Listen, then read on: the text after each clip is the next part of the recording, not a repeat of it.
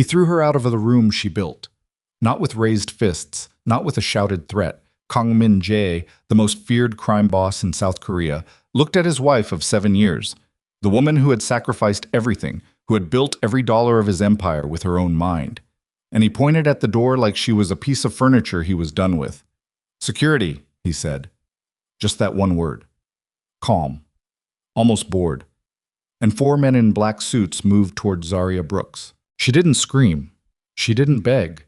She stood there in that glass-walled executive office on the 43rd floor, rainwater still drying on her coat, a black leather binder pressed against her chest, and she looked at her husband with eyes that had already decided everything. If you have ever given everything to someone, your mind, your loyalty, your future, and watched them hand it to someone else without a second glance, then you already know exactly what Zaria felt standing in that doorway. Stay with this story until the very end. Every question you have right now will be answered, and the answers will shock you. If this is your kind of story, hit that like button, subscribe so you never miss what comes next, and drop a comment telling me what city or country you're watching from. I want to see how far this story travels. Now let's go back to where it truly began.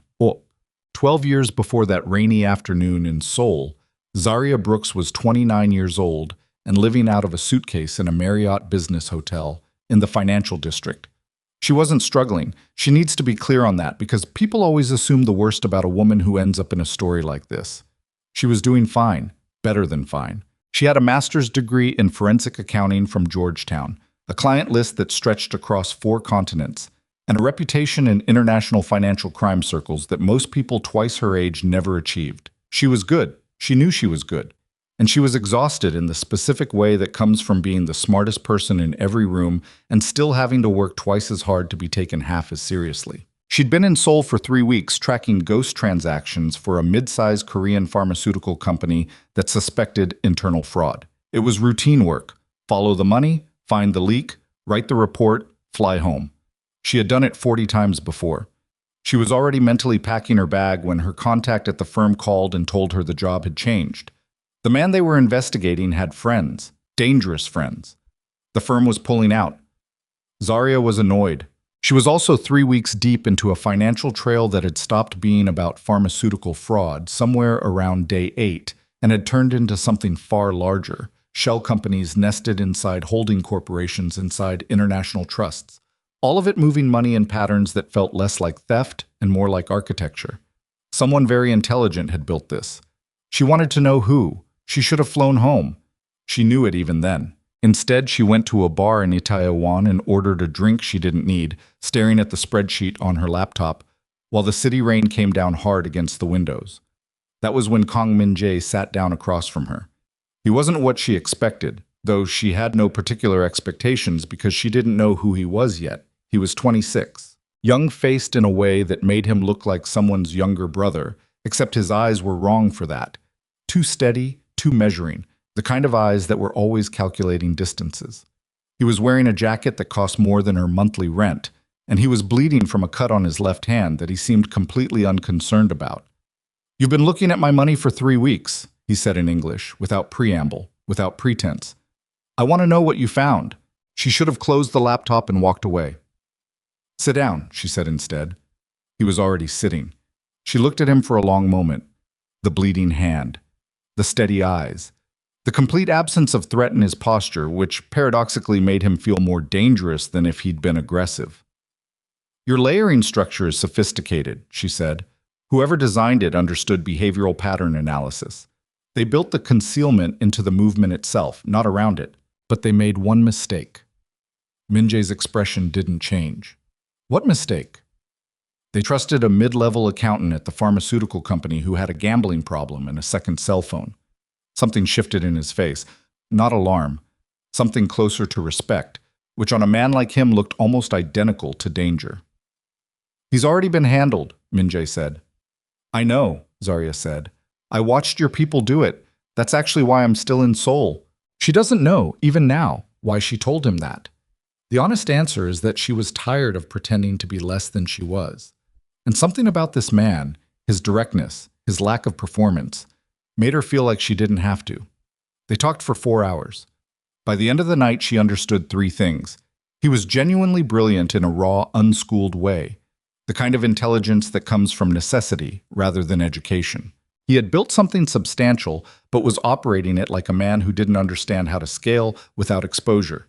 And he was going to get himself killed within 2 years if nobody helped him fix the structural vulnerabilities in his financial architecture. She told him all of this. He listened without interrupting, which was unusual enough to be notable. "What would you charge to fix it?" he asked when she finished. "I'm not for hire," she said. "Everything is for hire." "Then you can't afford me." He looked at her with those measuring eyes. "Name a number." "I don't want money." She paused, and she said the thing that had been forming in her head for the past 4 hours without her quite realizing it. "I want a seat at the table. Not consulting, not advisory. A real seat. 50% decision-making authority on every financial structure we build. My name on nothing public. My fingerprints on everything internal." Minji studied her for a long time. "You understand what you're asking to be part of?" "I understand exactly what I'm asking to be part of," she said. He held out his uninjured hand. She shook it. What followed was the hardest and most alive she had ever felt in her life, which tells you something uncomfortable about who Zaria Brooks was, and she would be the first one to admit it. She dismantled his existing financial structure down to the studs and rebuilt it from scratch. She designed layered corporate architectures, legitimate holding companies that did legitimate business, logistics firms that moved real freight, real estate portfolios that appreciated on real schedules, and underneath all of it, nested inside the mundane machinery of ordinary commerce, she built channels that were effectively invisible to any regulatory agency because they moved exactly like the legitimate businesses they were embedded in. She was proud of it. That's the uncomfortable truth. She looked at what she built, and she felt genuine creative satisfaction, the way other people feel when they finish a painting or a piece of music. And Min Jae, she has to give him this, recognized it. He didn't take credit for what she built. Not internally. Among the men who actually ran things, in the rooms where decisions were made, he was clear: the financial architecture, the legal shielding, the expansion strategy. That came from her. He called her his partner. He meant it. For the first 3 years, they were exactly that. She doesn't remember the precise moment it became something else. That's the honest answer, and she knows it sounds convenient, but it's true. There was no single night when she looked at him differently. It was slower than that, and more ordinary, and in some ways more dangerous because of it. They spent 18 hours a day building something together. They fought about strategy at 2 in the morning over cold coffee. He knew exactly how her mind worked, and she knew exactly how his worked, and somewhere in the middle of that, a different kind of knowing happened. They were married in a civil ceremony with 3 witnesses. No celebration. Neither of them were the celebrating type. For a while, 3 years, maybe 4, it was the best version of her life she had imagined. Then the organization grew into something that needed a face. Minji had always been the public figure, the name on the legitimate business registrations, the man who attended the dinners and shook the hands. She had been fine with that, more than fine. She preferred invisibility. Her value was in her mind, and minds work better unobserved. But as the syndicate expanded, as the council of elder figures began treating Min Jae as a man of standing, as the fear and the deference multiplied around him, something changed in him. The change was slow, the way all the important changes are slow. She watched it happen and told herself she was misreading it. He started making decisions without consulting her. Small ones at first, then larger ones. He stopped bringing the financial questions to her and started directing them to a small team of Korean accountants she didn't recognize. When she asked about it, he said he was taking work off her plate. She let it go. He hired a new executive secretary, Han Seo-yoon. 24 years old, impeccably presented, relentlessly efficient, and possessed of a specific kind of attentiveness toward Min Jae that Zaria noticed immediately and chose, for reasons she has since examined extensively, to interpret as professional. She told herself she was not a jealous woman. She told herself she trusted her husband. She told herself she was above suspicion without evidence. She had spent 12 years building systems to detect patterns in financial data. The pattern in her own marriage was the last thing she let herself see clearly. Min Jae began suggesting, gently, diplomatically, with what she now recognizes as practiced care, that her presence at headquarters was creating friction. The council's elders were conservative, he explained. A woman, an American woman, in a visible operational role made certain key figures uncomfortable. It would be better for the organization, he said. Temporary, he said. She could work remotely, maintain all her access. Nothing would really change. She agreed. She packed a bag and moved to an apartment across the city and told herself it was practical. For 8 months, she worked from there. She noticed her access to certain accounts was reduced, then restructured. When she raised it, Min-jae explained it as a security precaution. She noticed that meetings she used to attend were now handled by others. When she asked about it, he said she was too important to be present at minor operational details. She was being managed. She understood that. She let it happen anyway, and if you want to know why, the honest answer is that she loved him. Not the uncomplicated, obvious love of movies. It was the specific and stubborn love of someone who has built something with a person and cannot separate the person from what they built together. She kept hoping the thing she was watching happen was not the thing it looked like. Then, on a Tuesday afternoon in November, she found a payment anomaly in a transaction report that didn't add up. It was small, easily dismissed as a rounding error if you weren't looking. She was looking. The anomaly pointed to an account she didn't recognize, which pointed to a legal entity she didn't recognize, which pointed to a structure she hadn't built. Someone had built a parallel financial architecture inside the organization. Imperfect, visible to anyone who knew where to look, but functional enough to move significant funds into accounts that existed outside her sight. She spent 6 days unraveling it. She didn't tell Min-jae. She told herself she was gathering information first. What she found was comprehensive enough to make her physically ill.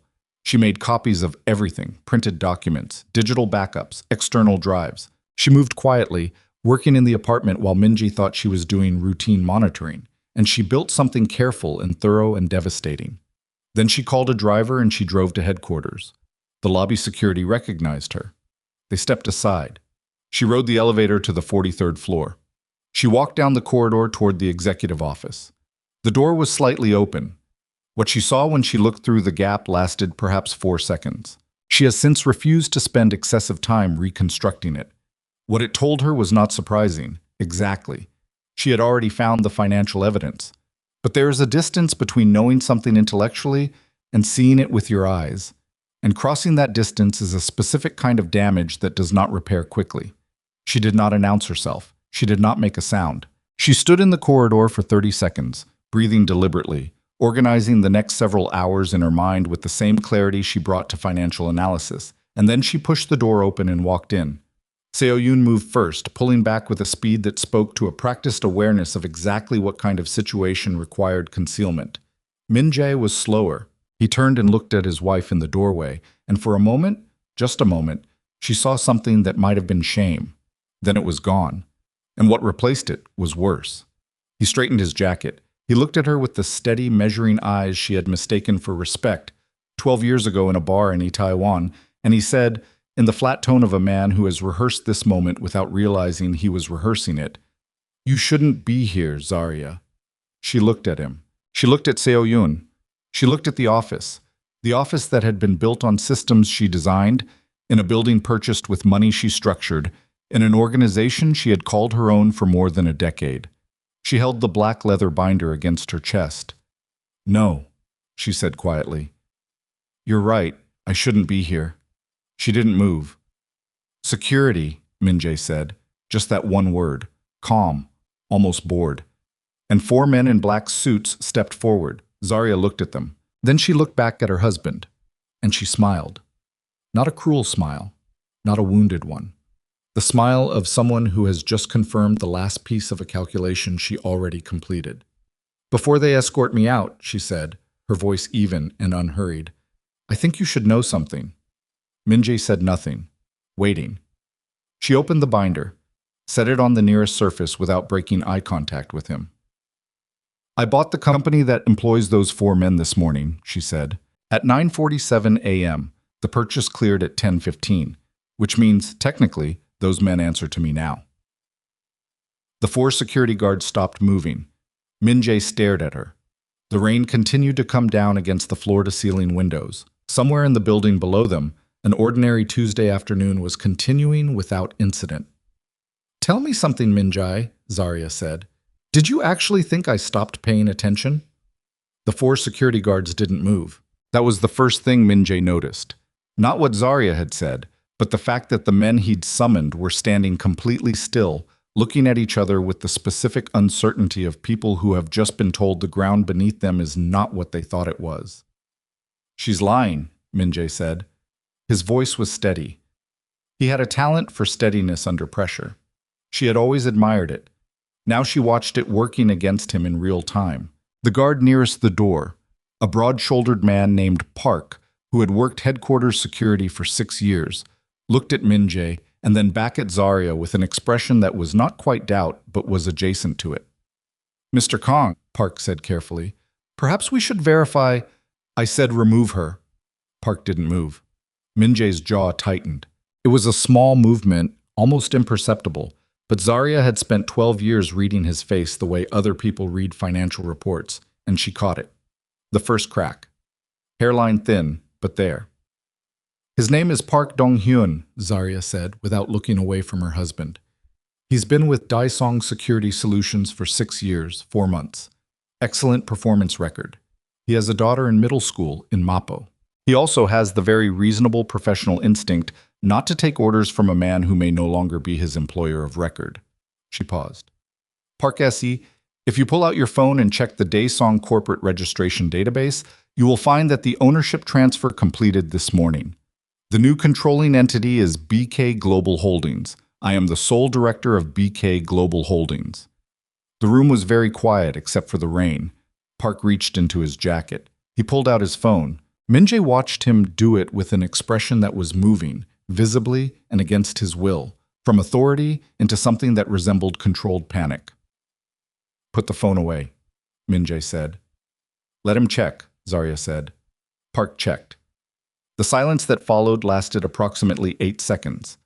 Then Park put his phone back in his jacket and took one careful step backward, away from Zarya, in the manner of a man who has just realized he has been standing in the wrong place. "This is a trick," Min-jae said. He turned to Zarya fully now, and whatever composure he'd been maintaining was still there, but thinner, like ice in early spring that looks solid until you put weight on it. "You're bluffing. You don't have access to the capital to acquire—" "The Jeju offshore accounts," Zarya said. "Routing code 77 Delta 4, 31 million USD. You moved it there in March when you restructured the Busan warehousing network. You thought you were being careful." She tilted her head slightly. "You were using my system, Min-jae, my routing architecture. I designed that concealment structure. Every flag it avoids, every regulatory blind spot it exploits. I built those in. Did you think I didn't leave myself a door?" The color in Min-jae's face changed. Not dramatically. He was too disciplined for that. But something went out of it. Across the room, Seo-yoon had retreated to the far side of the desk. She was standing with her arms crossed, her expression managed into something that resembled professional neutrality. But her right hand was pressing hard against her left forearm in a way that spoke to a body trying to contain what the face was refusing to show. "Min-jae," she said quietly. "A warning." He didn't look at her. "How long?" he said to Zarya. His voice had dropped. "How long have you been preparing this?" "That's actually the wrong question," Zarya said. "The right question is what I've prepared. But we'll get to that." She crossed the room, not toward him, toward the desk, and set the black binder down flat and opened it. The pages inside were dense with figures, account numbers, transaction histories, corporate registration documents, and what appeared to be printed email correspondence.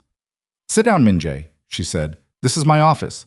It's a building owned by Kang Park Holdings, which is a subsidiary of TK International, which is wholly owned by Jong Capital Partners, which, as of a filing made with the Korean Corporate Registry at 8:30 this morning, is now controlled by a trust for which I serve as sole trustee." She looked at him. "So technically, right now, in a strictly legal sense, it's my office. But I'm not going to make an issue of that. Sit down." He didn't sit. But he also didn't move toward her, or toward the door, and the distance between where he was standing and where she was standing had the charged, dangerous quality of a room in which the wrong word could cause permanent damage. Seo-yoon moved. She pushed herself off the wall, her posture shifting into something deliberate, and she walked to stand beside Min-jae with the specific body language of a woman planting a flag. "You have no idea what you're doing," Seo-yoon said. Her Korean accent sharpened the English consonants into something precise and cold. This man built this organization from Han Seo-yoon, Zarya said. Her tone didn't change. 24 years old, hired 14 months ago as executive secretary. Previously employed at Hanul Financial Group for 8 months. Left under circumstances that were described publicly as a voluntary resignation and described privately, in an internal HR document I have a copy of, as a termination for unauthorized access to senior executive communications. She paused. Would you like me to continue? Seo-yoon's chin came up. Everything I've done for this organization? I know exactly what you've done for this organization, Zarya said. I know the accounts. I know the dates. I know which decisions were redirected through you and which ones you made without Minji's knowledge. She watched the younger woman's face. I said I know what you've done, Seo-yoon. I wasn't speaking generally. Something moved through Seo-yoon's expression. Fast. She controlled it fast. But it was there. Min-jae turned and looked at Seo-yoon. The look lasted only a second, but it was a different kind of look than the one he'd been giving her. Less certain, more assessing. Zarya saw it and filed it and said nothing. This ends now, Min-jae said. He was pulling himself back together. She could see it. The discipline reasserting itself. The performance of authority reconstructing around the cracks. Whatever you filed, whatever you think you've moved, I have legal counsel in 4 countries who will have every one of those transactions reversed within 72 hours. You cannot do this, Zarya. You do not have the standing. I have every signature you've ever written, she said, on every document that matters. Because I was the one who prepared them and handed them to you and told you where to sign for 12 years. Everything you built on structures I designed with your signature on them as a legal instrument. I know what those signatures can be made to mean when someone with my background submits the supporting documentation to the right regulatory bodies. She met his eyes. I've already submitted it. The word already landed in the room like a stone into water. The ripples went out in all directions. What did you submit? Min-jae said. Not a question, barely a sentence. Evidence of financial fraud. Tax evasion across 3 jurisdictions. Unauthorized foreign asset concealment. And 14 months of internal transaction records showing the movement of organizational funds into accounts not disclosed to the council. She closed the binder. Not enough to bring the whole structure down. I was careful about that, because some of these people are my people too. Enough to make every account connected to your personal name completely unusable until an investigation concludes. You would burn your own work, he said. Everything we built. I protected everything we built, she said, and for the first time her voice carried something underneath the control. Not anger exactly, but something close to it, something that had been held for a long time and was now being given very precise and limited release. I designed the exposure to fall on you specifically. The structures are intact. The organization is intact. You are the variable I removed. The rain outside had grown heavier. The windows were streaked with it. Min-jae stared at her for a long moment. Then he laughed. It was a short, disbelieving sound. Not amused, not cruel. The laugh of a man who has just had the floor pulled out and is still in the air, still falling, not yet willing to accept the falling as real. You're my wife, he said. I was your partner first, she said. Your wife second. Your afterthought third. She picked up the binder. In the end, you only remembered the third one. He moved then. Not toward her, sideways, towards the desk, reaching for his phone with the automatic reflex of a man used to solving problems by calling people. She watched him dial. Watched him put the phone to his ear. Watched his face as he waited through 4 rings, 5, and then a voicemail picked up. He dialed another number, same result, then another. She watched him work through the list with the detached attention of someone watching a machine malfunction in a way she had anticipated and planned for. She counted 6 calls before his hand lowered. My financial director, he said. Mr. Huang is currently answering questions from the Financial Services Commission, Zarya said. He was contacted at approximately 9 a.m. I understand the meeting ran long. My legal team, Attorney Kim Sung-woo, has a significant personal conflict of interest that I made known to the Bar Association's Ethics Committee yesterday afternoon. He will be recused from any representation of your interests pending review. She paused. Attorney Lee is available. But Attorney Lee only knows what you told him, which is considerably less than what I know. Min-jae set the phone down on the desk. He looked at his wife across the room with an expression she had never seen on his face before in 12 years. She had seen him angry, the cold, contained anger that was more frightening than shouting. She had seen him calculating, charming, exhausted, satisfied. She had seen him look at her with something that she had, for a long time, mistaken for love, and had perhaps been, in some imperfect and insufficient form, a version of it. She had never seen him look lost. It lasted only a moment. Then Seo Yoon spoke. "She's doing this because she can't accept it," Seo Yoon said.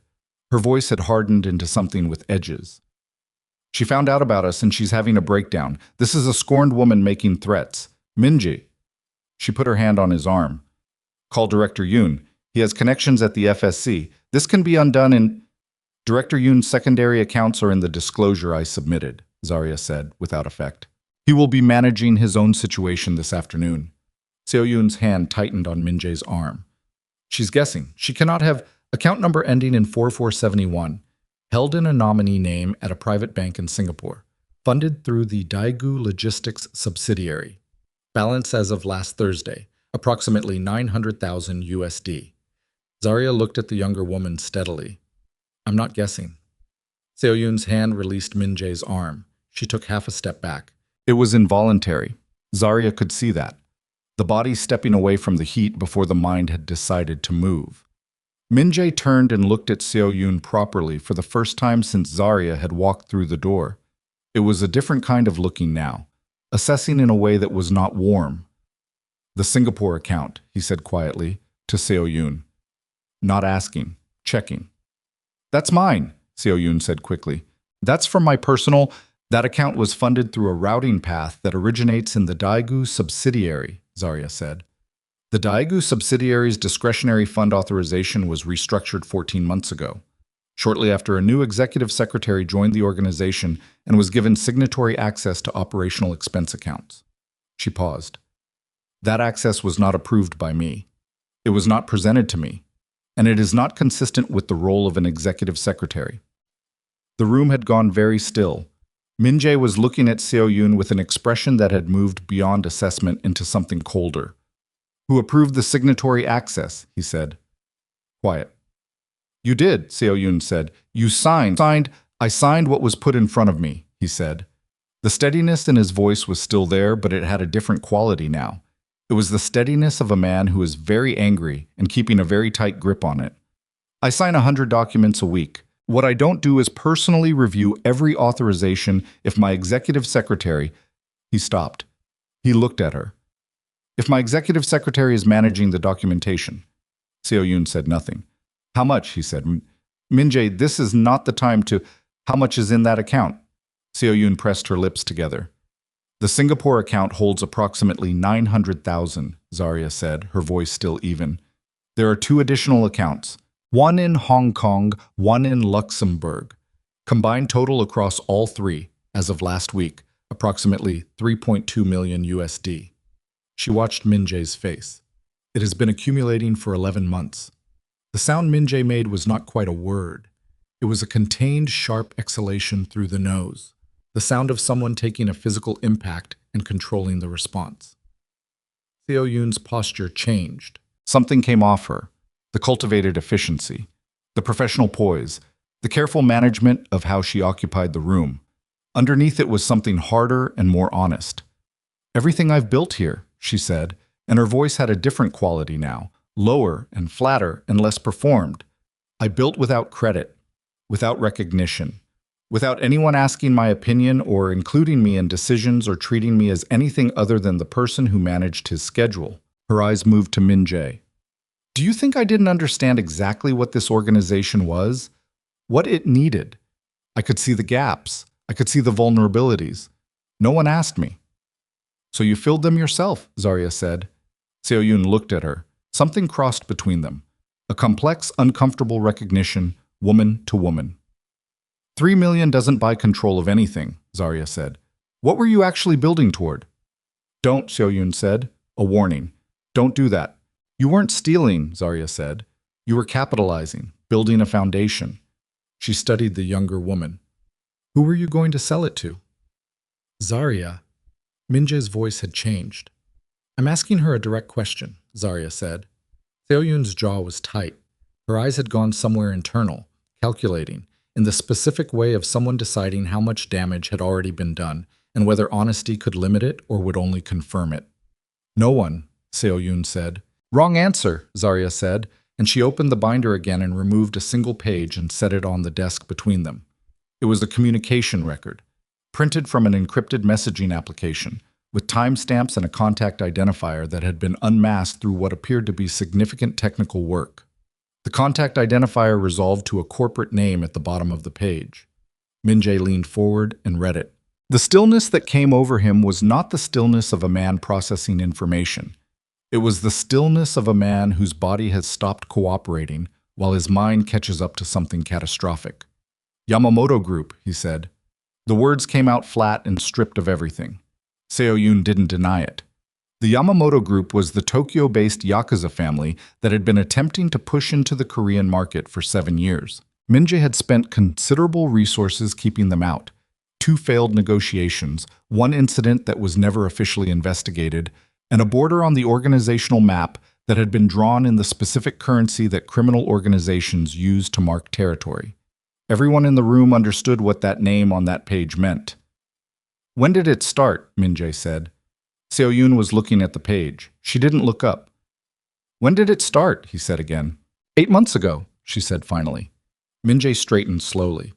The movement had something in it that was almost old, the heaviness of a man who has just taken on a weight he did not expect and is not sure he can carry. What did you promise them? He said. Seo-yoon raised her eyes to his, and in them was something that was not apology and not guilt, but was, in its own cold way, honest. Delivery, she said. After. The word hung in the air. After. The single syllable carried every implication it needed to carry. Min-jae understood it immediately. She could see the understanding move through him like a current. And the understanding stripped whatever remained of the professional distance he'd been maintaining and replaced it with something raw and shaken and genuinely frightened. You were going to... He couldn't finish the sentence. I was going to be in a position, Seo-yoon said carefully, where I had something to offer them. And where you were no longer? No, he said, hard. The single syllable cracked against the room like something physical. No, stop talking. He turned away from her. He put both hands on the desk and stood with his back to the room, breathing. The rain drove against the windows. Nobody spoke. Zarya watched him.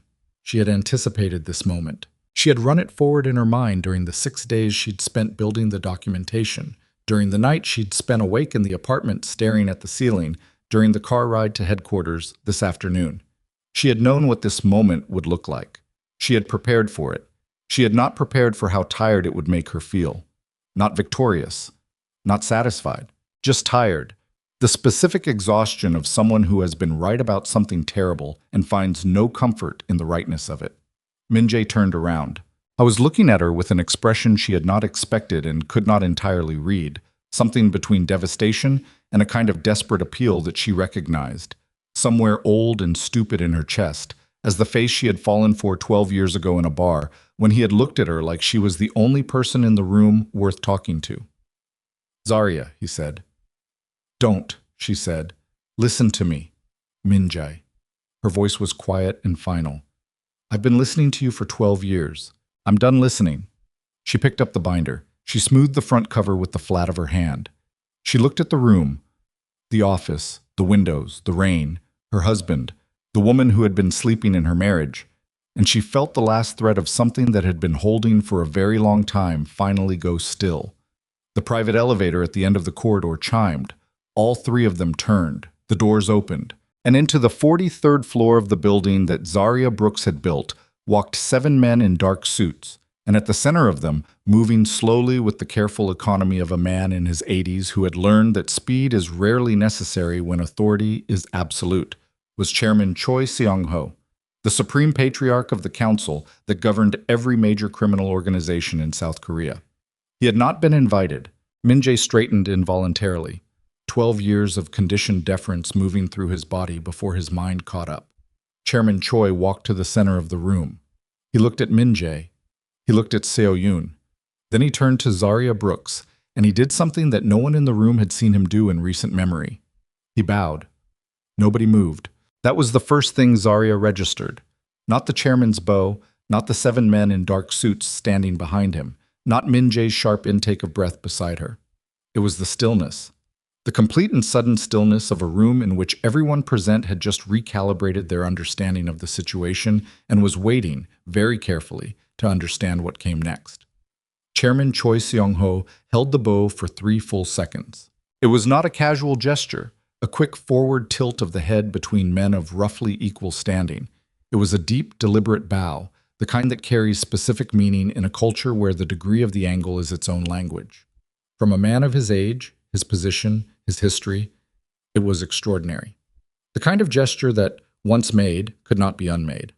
He straightened. His face was what it always was, composed, dry, deeply lined, the face of a man who had watched things happen for so long that his expressions had simplified into something almost geological. He looked at Zarya with small, clear eyes. "Mrs. Brooks," he said. His English was careful and accented and precise. "I apologize for arriving unannounced." Min Jae's voice came from behind her. "Chairman Choi." His tone had the specific quality of a man exercising extreme control. "I wasn't informed you would be visiting." "No," the chairman said. He didn't look at Min Jae when he said it. He was still looking at Zarya. "You were not." One of the men behind Choi moved to the side and placed a chair, the chairman's own chair, she realized, upholstered in dark fabric and carried up in the elevator, near the center of the room. Chairman Choi sat in it with the slow economy of a man for whom every physical action had been stripped to its necessary minimum. He rested both hands on a carved wooden cane he hadn't been using for support so much as punctuation. "Mrs. Brooks," he said. "The council met last night." Min Jae moved. One step forward, an involuntary step, like a man whose body had reacted before his mind caught the reflex. "The council does not meet without my—" "The council meets when the council requires a meeting," Chairman Choi said, without raising his voice and without looking at him. The absence of aggression made it worse. There was nothing to push against. He said it the way one states atmospheric conditions, simply, as fact, as a thing that requires no argument because argument is irrelevant to its truth. Min Jae stopped. His jaw was tight enough that she could see the muscle working at the side of his face. "Mrs. Brooks contacted us," Chairman Choi said, 3 days ago. She requested a private meeting. We met with her the night before last, at a location of her choosing, for approximately 4 hours. He paused. His hands moved slightly on the cane. She was thorough. The word landed in the room without decoration. Zarya felt Min Jae's eyes on her back. She didn't turn around. "What she presented to us," Chairman Choi continued, "was a complete financial audit of the organization's operations over the past 7 years. The discrepancies between declared internal accounts and verified external transactions. Evidence of funds diverted from council-adjacent enterprises into personal holding structures. 11 instances of decisions made at the organizational level without council notification, in direct contravention of the foundational agreements under which this syndicate operates." He paused again. "And evidence of direct communication between an individual inside this organization and a competing foreign entity." The last sentence was delivered in the same measured tone as all the others. It did not need emphasis. It already had weight. Min Jae's voice came low and taut from behind her. "Chairman, whatever you were shown was verified," Choi said. "We spent 2 days verifying, our own financial analysts, independent of the organization, independent of Mrs. Brooks. They confirmed her documentation." He looked down at his cane for a moment, then back up. "We do not act on a single source. You know this." The silence that followed was dense enough to feel physical. Zarya had not moved from the center of the room. She was aware of her own breathing, controlled, measured, 4 counts in and 4 counts out, the way she had trained herself to breathe in rooms where everything was on the line. She was aware of the rain against the windows. She was aware of Seo Yoon standing near the desk, very still, in the manner of someone who has stopped trying to calculate and is simply waiting to see what form the damage will take. "The communication with the Yamamoto Group," Chairman Choi said. He said the name with the specific flatness of someone saying a word that carries enough meaning that any added tone would be redundant. "We were made aware of this as well. Mrs. Brooks brought us the initial evidence. In the past 48 hours, our own people have traced it further." He reached into the inner pocket of his jacket and removed a folded document. He held it out without looking at who took it. One of the men behind him stepped forward and carried it to Min-jae. Min-jae unfolded it. He read it. He read it again. Zarya watched his face. She had seen the document. She knew what it contained.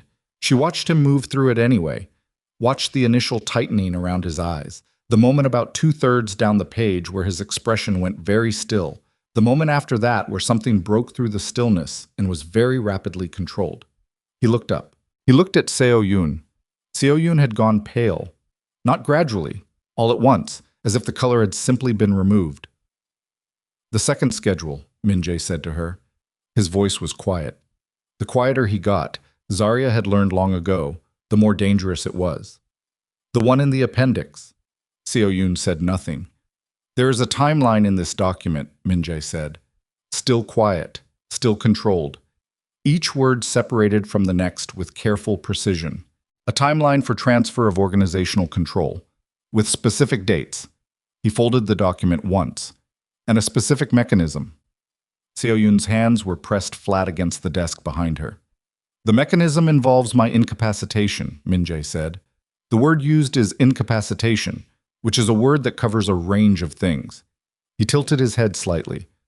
"What did you promise them, Seo-yoon? Exactly." "Min-jae, I'm asking you a direct question. It wasn't—" She stopped, started again. Her voice had lost its precision. There was something rougher underneath it now, something that sounded closer to who she actually was when the performance stopped. "It wasn't finalized. Nothing was finalized. It was exploratory. They approached me. I didn't approach them." "They approached you," Min-jae said. "Yes. And you didn't tell me." "I was going to—" "You were going to tell me." He laughed. It was a short, completely humorless sound that came out through his nose. When exactly were you going to tell me that the Yamamoto family had made contact with someone inside my own headquarters?" "It wasn't like that." "It is exactly like that." His voice shifted. Not louder, sharper. "It is the precise definition of that. And you sat in this office every day for 8 months. And you looked at me." He stopped. Zarya turned and looked at him for the first time since the chairman had entered the room. I was standing with one hand at his side and the folded document held in the other, and his face was doing something complicated. Anger, certainly, but underneath the anger something that was almost pathetic in the original sense of the word. Affecting. Real. He looked like a man who had just understood the full shape of his own foolishness all at once and couldn't look away from it. She had built him. She had handed him every tool he'd ever used. And then she had watched him use those tools to dismantle the only things that had actually protected him, one by one, starting with her. She didn't feel satisfaction. She noted the absence of it. Chairman Choi spoke from his chair. "The Council's position is the following. The organization has operated under these foundational agreements for 11 years. The evidence presented represents a fundamental violation of those agreements. The nature of the external communication represents a security threat to every member and affiliate of the Council's network." He paused. "Under these circumstances, the Council has the authority and the obligation to restructure the leadership of this organization." Min-jae turned. "Chairman, I built this organization from—" "Mrs. Brooks built this organization," Chairman Choi said, without effect. The sentence dropped into the room and stayed there. Min-jae's mouth closed. "We are not young men, Mr. Kong," the chairman said. He looked at Min-jae with the expression of someone revisiting a calculation they'd made long ago and finding it confirmed. "We did not establish these relationships with this organization because of your charisma. We established them because of the financial architecture, the legal shielding, the expansion strategy. We knew, as men who have operated for a long time, that these structures were not produced by a 26-year-old with 2 years of street-level experience." He pressed both palms lightly on the cane. "We have known who built this for a very long time. We chose to work within the arrangement as it existed. The arrangement has now changed." Zarya held herself still. She had prepared for this. She had sat across from this man in a private room 2 nights ago, and she had laid the case out with the same methodical clarity she'd brought to every financial analysis of her career. And she had watched him listen with the patience of someone who has been in the business of evaluating people for 50 years. She had been prepared for skepticism. She had been prepared for the Council's conservatism, their preference for existing structures, their deep institutional reluctance to introduce change. She had not prepared for how fast he had moved. Mrs. Brooks, Choi said, the council wishes to formally recognize— Wait, Min-jae said. Choi stopped, looked at him. Min-jae's chest was moving visibly. He was breathing, working through something. He looked at Zarya, and his expression had shed another layer of performance, and what was under it was raw and unguarded, in a way that she found, against her better judgment, difficult to look at directly. The external communication, he said to her. Not to the chairman, to her. You knew before today. Yes. How long? 3 weeks. He absorbed this. The Yamamoto contact, the Singapore account, the timeline. He paused. You let it run. I needed documentation that would hold up. You let me— He stopped again. His throat worked. You were watching, while He couldn't seem to find the sentence that accurately described what he wanted to say, and she understood why. Because what he wanted to say was that she had watched him be a fool with complete information and had not told him, and that the humiliation of that was almost worse than the rest of it. You could have told me. About her? Zarya said. About the Yamamoto contact? Yes. And what would you have done? He said nothing. What would you have done, Min-jae? She said, and her voice was not cruel, but it was relentless. You would have confronted her. She would have denied it, or confirmed partial information, or fled, depending on how much she knew you knew.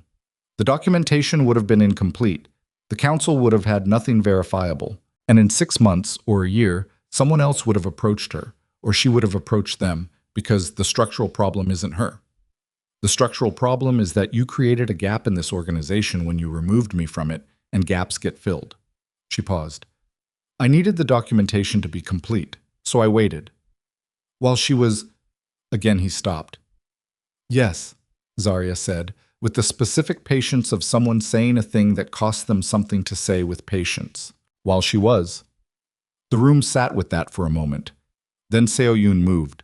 She moved fast, faster than anyone anticipated, with the specific energy of someone who has been very still for a long time and has been calculating throughout the stillness. She pushed off the desk, not toward the door, but toward Zarya, and her hand went into the pocket of her blazer, and what came out of the pocket was small and dark, and the sound it made when she clicked the mechanism was very small in the quiet room.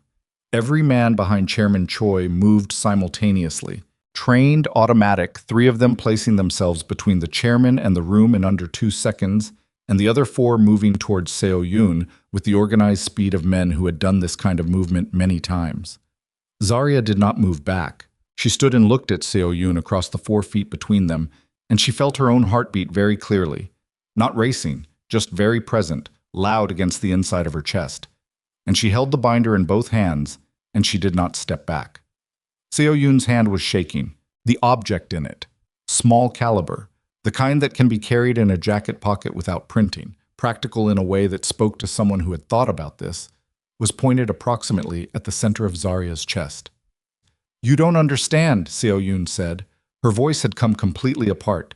Whatever it had been, composed, sharp, calculated, was gone. What was left was younger than Zarya had expected and more frightened. You think this is about him? You think I wanted— She stopped. Her breath was coming fast and uneven. I had nothing before this. Do you understand that? Nothing. I came here with nothing, and they saw nothing when they looked at me, and I watched you, the great invisible architect, the woman who built everything and got nothing. I watched what he did to you, and I thought, fine, if that's how this works, then I will be smarter about it. I will make sure I have something that belongs to me before anyone can take it. Put it down, one of the chairman's men said. Low, steady, the voice of someone who means it. I'm not finished, Seo-yoon said. Her eyes were on Zarya. I didn't want him dead. I want you to know that. What I told them, the Yamamoto people. I didn't agree to what's in that document. I didn't sign that. They added it. They told me— Her voice broke and reformed. They told me it was standard language. Zarya looked at her. The gun between them. The shaking hand. The young woman's face coming apart at its carefully constructed seams. Did you believe them? Zarya said. Seo-yoon's hand dropped 3 inches. Not lowering the weapon. Losing control of the weight of it. Did you believe them? Zarya said again, and her voice was quiet and without judgment, which was somehow more devastating than if it had been hard. Seo-yoon's eyes went wet. She blinked it back. Her jaw clenched. I didn't have a choice. You had choices, Zarya said. You made them, just like I made mine. She paused. Now make this one. The silence stretched. Then Seo Yoon's arm came down. The four men behind her closed the distance in one motion. The object was out of her hand before she had fully decided to release it. One of the men had her arm behind her back, not rough, functional. The practiced restraint of someone managing a situation rather than punishing a person. Seo Yoon didn't fight it. She bent forward slightly, breathing, and her hair fell across her face, and she stayed there. Min Jae had not moved during any of it. Zarya turned and looked at him. I was standing exactly where he had been standing, the folded document still in his hand, and he was looking at Seo Yoon with an expression that had been emptied of everything except a kind of stripped-down recognition. The recognition of a man who has seen the complete shape of the last year of his life from the outside for the first time. She was going to have me killed, he said. Not asking, just saying it aloud, giving it language. The Yamamoto family was going to have you killed, Zarya said. Whether she agreed to that or was simply useful to them in achieving it, you'll have to decide how much that distinction matters to you. He looked at her. Does it matter to you? She thought about this honestly. I wanted your empire, she said, not your death. There's a difference. Chairman Choi spoke from his chair. He had not moved during the incident with Seo Yoon. He had watched it with the same geological patience with which he watched everything, as if the distance between what he expected to happen and what did happen was never large enough to require adjusting his posture. Mr. Kang, he said, the council requires your formal response. The evidence has been reviewed. The violations have been confirmed. The external threat has been substantiated. He paused. The council is offering you a structured exit, full protection, comfortable relocation, permanent removal from all operational roles. His hands adjusted on the cane. The alternative is formal referral to the prosecution authorities, supported by the documentation Mrs. Brooks has provided. The full documentation, including the portions relevant to your personal conduct. Min Jae looked at the chairman. He looked at the room. He looked at the four men in dark suits standing with efficient stillness at various points around the space. He looked at Seo Yoon, still bent forward with an arm behind her back, her hair across her face. Then he looked at Zarya. He looked at her for a long time. She let him look. She had nothing to hide from him and nothing to perform for him, and she was too tired for either. You planned all of it, he said, from the moment you found the anomaly. From before that, she said. I started planning when you moved me out of headquarters. I just didn't know yet what I was planning for. Something moved across his face. You still loved me then. It was not a question. It was an observation, tentative and somewhat devastated. Yes, she said. I did. And now? She considered giving him something easier. She didn't. Now I'm just tired, she said. Min Jae looked down at the document in his hands. He turned it over once, looking at the back of it as if there might be something there he'd missed. Then he set it on the nearest surface with the deliberate care of a man setting down the last thing he was holding. He straightened. He looked at Chairman Choi. I want 24 hours, he said. The chairman looked at him. To make arrangements, Min Jae said. Personal arrangements, not business. I understand the business is concluded. He paused. 24 hours. Chairman Choi looked at Zarya. It was a small gesture, a slight turn of the head, a brief redirect of the old man's eyes. And it was enormous, because it meant exactly what it looked like it meant. The man who had built this organization with her hands was asking the council for time, and the council was asking her. Zarya stood in the office she had built, in the rain-gray afternoon, with everything she had constructed and everything she had lost, and 12 years of her life distributed across the furniture and the financials and the architecture of a criminal empire that was, as of this moment, hers. She looked at her husband. 24 hours, she said, and from somewhere below them in the building, through the floor and the walls and the 43 stories of structure that her money and her mind had raised out of nothing, came the sound of doors opening, the lobby's security system cycling through an access protocol, and then the sound of many footsteps, organized and deliberate, moving inward. Chairman Choi heard it. His expression didn't change, but his eyes moved to the man standing at his left shoulder, who bent and said something quietly into the chairman's ear. The chairman looked at Zarya. It appears, he said carefully, that we have additional visitors. Who? Zarya said. The man at the chairman's shoulder looked at her with the expression of someone delivering news they would prefer not to deliver. Financial Services Commission, he said, and Interpol liaison officers. He paused. Mrs. Brooks, they are not here for Mr. Kong. The bottom of something dropped out. They have a warrant, the man said, for the financial architect of the organization. He met her eyes with the flat, careful look of someone who understands the full weight of what they are saying. They have your name. The first thing Zarya did was breathe, not dramatically, not with her eyes closed or her hand on her chest or any of the physical theater of a person in crisis. She just stood in the middle of the room and let the air move through her lungs one time, slow and deliberate, the way she had taught herself to breathe in the specific moments when her brain needed to move faster than her body wanted to allow. Then she said, "How did they get my name?"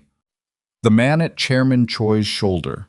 His name was Bayek. She had learned that 2 nights ago. The chairman's personal counsel and oldest operational advisor looked at her with the careful expression of someone who has already asked this question himself and does not have a satisfying answer. "We don't know yet," Beck said, who filed the original disclosure. The FSC received an anonymous submission 48 hours ago, detailed enough to generate an Interpol flag. He paused. The documentation in the submission was specific: internal account structures, routing sequences, corporate registration chains. He looked at her steadily. It was the kind of documentation that could only come from someone with deep internal access. Zarya's eyes went to Seo Yoon. Seo Yoon was still in the grip of the council's man, her arm behind her back, her hair across her face. But she had raised her head during the last exchange, and she was looking at Zarya with an expression that was complicated and frightened, and underneath both of those things, something that looked almost like it wanted to be understood. "It wasn't me," Seo Yoon said. Her voice was rough. "I need you to know that. Whatever else, that wasn't me." "Then who?" Zarya said. "Yamamoto," Seo Yoon said. "They have everything I gave them, everything I showed them to prove the organization's value. If they decided to burn it rather than acquire it, they'd rather destroy it than let it transfer to someone they couldn't control," Zarya said, and the sentence completed itself in her head with a cold, clean click of understanding. She looked at Bayek. "The submission to the FSC, was my name in the original filing or added to a supplemental?" Beck's expression shifted slightly. "Supplemental. Filed 18 hours after the original. The original filing was about the organization. The supplemental was about me specifically." "Yes." "Which means someone added me later, after the original disclosure was in the system. Someone who knew the original filing had gone in and wanted to make sure I was named before I could." She stopped. Before she could do exactly what she had just spent 72 hours doing. Before she could go to the council. Before she could position herself as the solution rather than the problem. The Yamamoto family had filed the disclosure to destabilize the organization. Someone had added her name to make sure that even if the organization survived the disclosure, she would be standing in handcuffs when it did. "Where is the Interpol team now?" she said. "Lobby," Beck said. "The FSC officers are with them.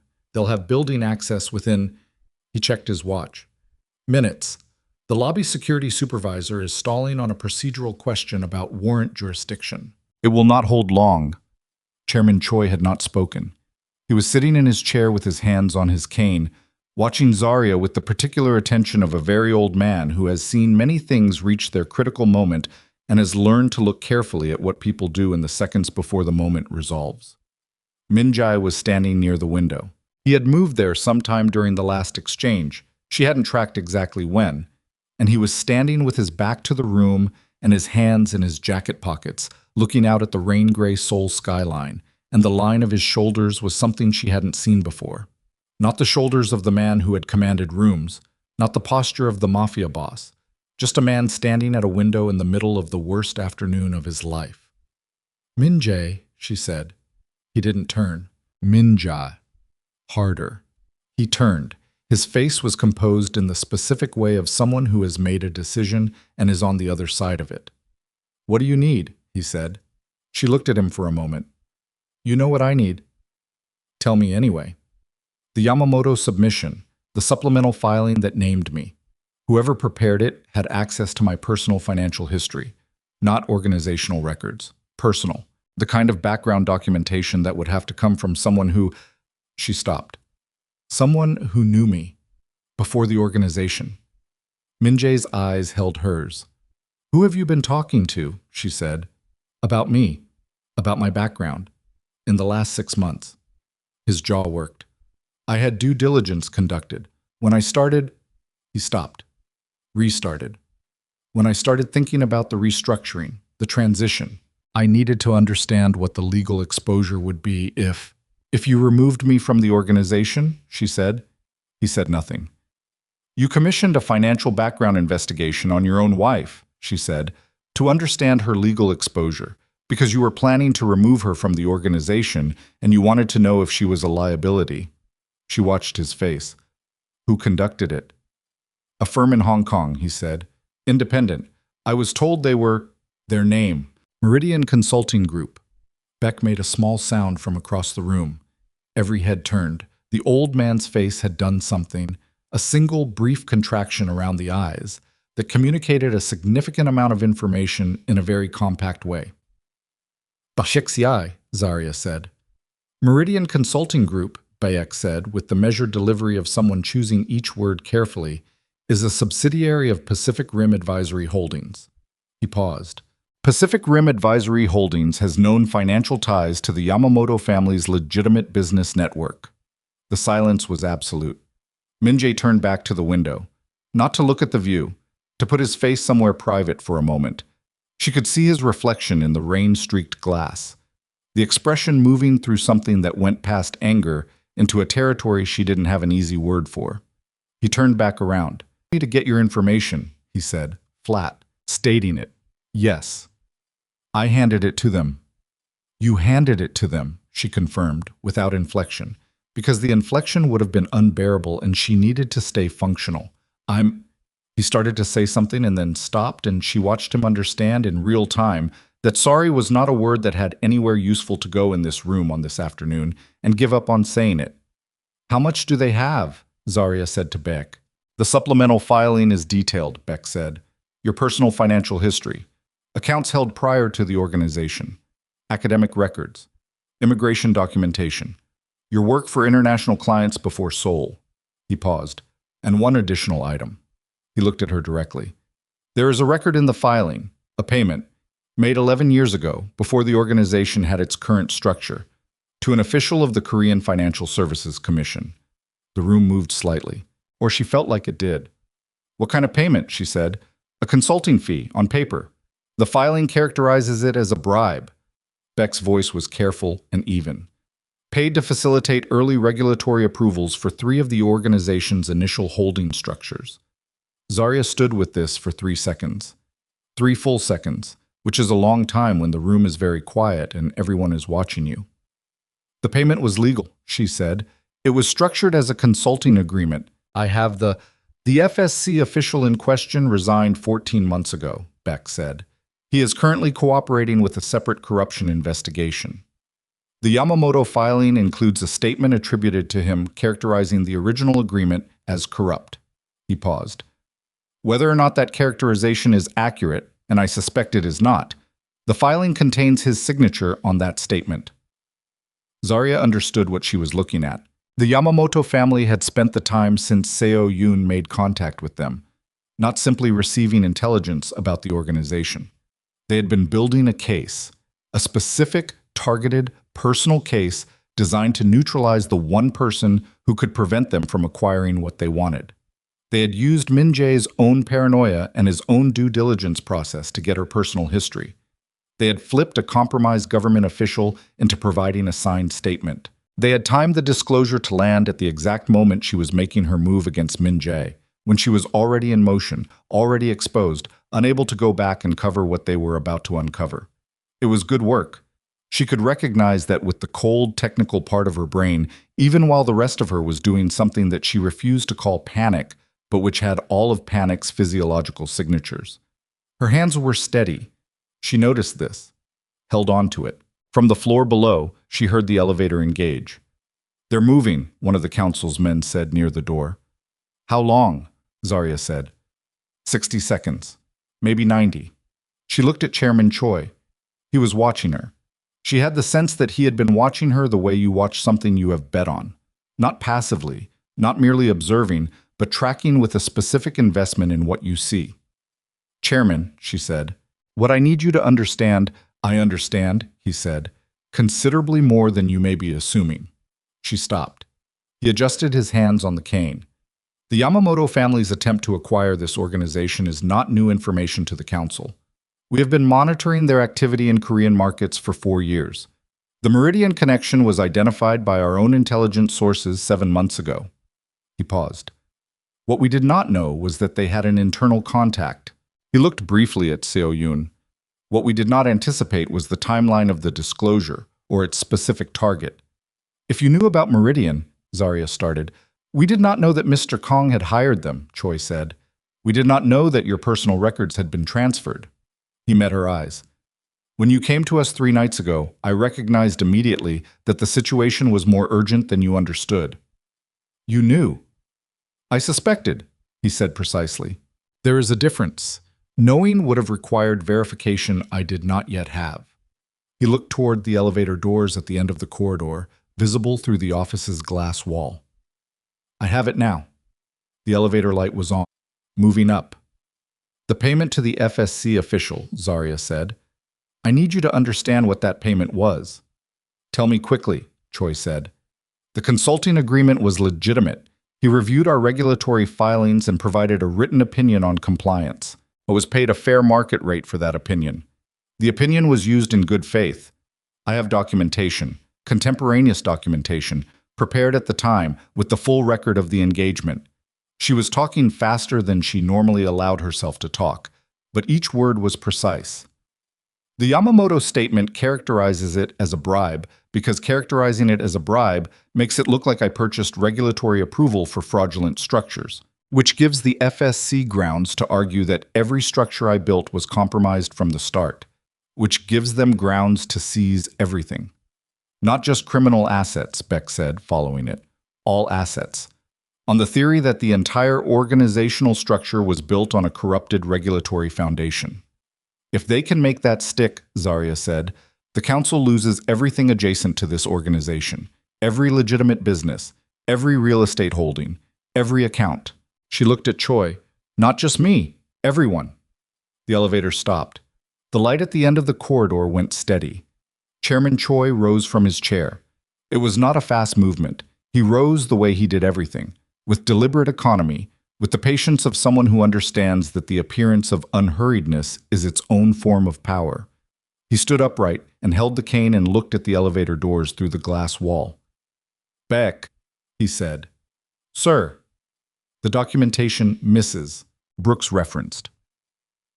The contemporaneous record of the consulting engagement. Can it be produced? Beck looked at Zarya. I have it, she said. External storage, off-site. I can have it on a secure device and… The elevator doors opened. 4 people stepped out. 2 in the navy blue jackets of the Financial Services Commission, with lanyards and document cases. 2 in plain clothes with the specific posture of Interpol liaison officers. Not Korean, she registered. 1 European, 1 American, which meant the filing had been categorized at a severity level that pulled international cooperation. Behind them, uncertainly, came 2 of the lobby security guards who had accompanied them up, as procedure required, and who now looked deeply uncomfortable to find themselves on the 43rd floor in a room that contained Chairman Choi Seong-ho and 8 of his people. The lead FSC officer was a woman. Mid-40s, sharp-featured, the kind of composed that comes from experience rather than nature. She looked through the glass wall and her eyes moved across the room in a single professional sweep, cataloging what was there, and they stopped on Zarya. She held up a document, visible through the glass. Zarya read the header from across the room. Warrant of Investigation, Financial Crimes Division. Her name was on it. She could see it from here. Don't open that door, Min-jae said suddenly. Everyone looked at him. He was still standing near the window. He had straightened and his hands were out of his pockets, and the line of him had changed from the defeated posture of the last few minutes into something more functional. Min-jae, Zarya said. I'm thinking, he said. There's no time to… I said I'm thinking. Sharp. The old sharpness. The sharpness she had spent 12 years working alongside. The quality that had made him valuable. The ability to move from collapse to calculation in the time it took to draw a breath. He looked at Chairman Choi, the FSC officer named in the Yamamoto filing, the one who signed the statement. Former officer, Beck said. Resigned, currently cooperating with his name, Min-jae said. Beck hesitated, looked at the chairman, received something, a slight nod. Kwon Dae-jung, Beck said. Min-jae closed his eyes for exactly 2 seconds, then opened them. Kwon Dae-jung's cooperation with the corruption investigation is conditional. He received a partial immunity agreement. The immunity covers specific disclosures. What it does not cover, he looked at Zarya, does not cover anything related to the Yamamoto family. Any communication with foreign organized crime entities would void his immunity agreement completely. Zarya went very still. If someone could demonstrate, Min-jae said carefully, that Kwon's statement to the Yamamoto filing was itself a communication made in exchange for something, money, protection, promise of relocation, that communication would be with a foreign criminal entity, which would void his immunity, which would mean everything he's provided to the corruption investigation, his entire cooperation, becomes legally unusable. He paused. And a man whose cooperation becomes unusable has strong motivation to recant other statements he's made, including the characterization of an 11-year-old consulting payment. The room was very quiet. Through the glass wall, the lead FSC officer had lowered the warrant document and was saying something to the officer beside her. They were waiting, but not patiently, the body language of people who are counting seconds. "Do you have that communication?" Zarya said to Min-jae. Evidence that Kwon was in contact with Yamamoto. "Not on me," Min-jae said, "but I know where it is." "How?" "Because I was looking into Yamamoto when all of this started, before I understood how deep the contact went." He glanced at Seo-yoon, brief and cold. "I had my own team running traces. They found a financial thread 2 months ago that I didn't follow up. I didn't follow up because I didn't understand what I was looking at." His jaw was tight. Kwon's name was in the thread. "Where's the data?" Zarya said. "My private server. The credentials are—" "I know your credentials," she said. He blinked. Then something moved across his face that was almost, in another context, close to amusement. "Of course you do." "But XC," she said, turning. "I need a device. Now." Beck was already moving. He produced a tablet from the bag of one of the council's men and held it out. She took it, and her fingers were already moving across it, pulling up a remote access client, entering strings she had memorized. His server architecture was one she'd helped design. The back door she'd left herself the same kind she'd built into every system that mattered. Through the glass wall, the FSC officer moved toward the office door. 30 seconds, one of the council's men said, near the door. "Working," Zarya said. Her eyes moved across the tablet screen. Data was loading, raw and messy. His team's surveillance files organized in the impatient way of people who are competent but not meticulous. She moved through it fast. Folder structures, communication intercepts, financial traces. She found Kwon's name in a flagged file. Opened it. The contents loaded slowly, too slowly. She watched the progress indicator and felt her heartbeat in her throat and did not let it into her hands. The door to the office opened. The lead FSC officer stepped in. She was professional about it. No drama, no raised voice. She walked to the center of the room and looked at the people in it and arrived again at Zarya. "Ms. Brooks," she said in English, accented and precise. "I am Deputy Director Park Hyun-ji of the Financial Services Commission. I have a warrant for your cooperation with an investigation into financial crimes." She held the document out. "I need you to come with me." Chairman Choi stepped between them. It was not an aggressive movement. He simply moved from where he was to where he needed to be with his cane and his 80-something years and the absolute absence of anything that could be read as threatening.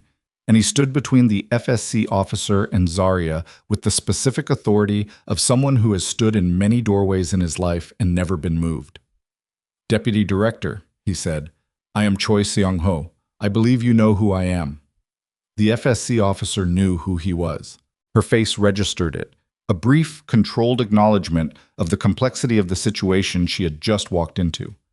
"Chairman Choi," she said, "this warrant is based in part on a filing submitted by parties with a documented criminal interest in the organization under investigation," Choi said. I am advising you of that as a professional courtesy. I am also advising you that the specific predicate evidence in your supplemental filing, the characterization of an 11-year-old consulting payment as corrupt, is itself subject to challenge on the basis of evidence currently being retrieved. Chairman, I understand that you may— I am not making an argument, he said. I am providing information. There is a distinction. He looked at her with his small, clear eyes. I am asking you for 8 minutes. I cannot delay a warranted— 6 minutes, he said. Chairman, you drove here from the FSC district office, he said. 45 minutes in afternoon traffic. The document in your hand was signed by a judge who reviewed a filing submitted by a party with undisclosed connections to a foreign criminal organization. If you proceed without allowing the subject of the warrant an opportunity to produce exculpatory material that directly challenges the basis of the filing, and that material later proves that the warrant should not have been issued, that 45-minute drive becomes considerably more consequential for your career. He paused. 6 minutes, Deputy Director. In this room. In your presence. That is what I am asking. Deputy Director Park looked at him. She looked at Zarya. She looked at the tablet in Zarya's hands, at the data loading on the screen. She looked at her watch. 5 minutes, she said. Zarya was already reading. The file was a communication intercept. Her eyes moved through it at the speed she reserved for situations where the reading had consequences. Absorbing and processing simultaneously, not just taking in words but understanding structure, implication, the gaps between what was said and what was meant. Kwon Dae-jung's name appeared in an encrypted message thread. The messages were in Korean, and she read Korean with the facility of someone who had spent 12 years surrounded by it. The thread ran over 3 weeks, approximately 8 months ago, between a contact identified by an alphanumeric handle and a recipient whose details had been partially unmasked by Min Jae's surveillance team. The messages discussed a characterization. The word used in Korean was pyoyeon, expression, framing, characterization, how a specific historical transaction might be framed in a formal legal submission, how the framing might be received by investigators who were not familiar with the original context, how a cooperative subject, the word used was hyobjoja, which is specifically used for someone cooperating with prosecution, might be valuable in providing the framing. And at the bottom of the thread, a wire transfer record. Partial account number. Amount, 40,000 USD. Timestamp placing it 5 days before Kwon signed the statement attributed to him in the Yamamoto filing. Her hands were completely steady. Baek, she said. He was beside her in 2 steps. She turned the tablet so he could see the screen, watched his eyes move across it, watched him reach the wire transfer record. Can you authenticate this? She said. The original file has a hash signature from Mr. Kang's server, he said.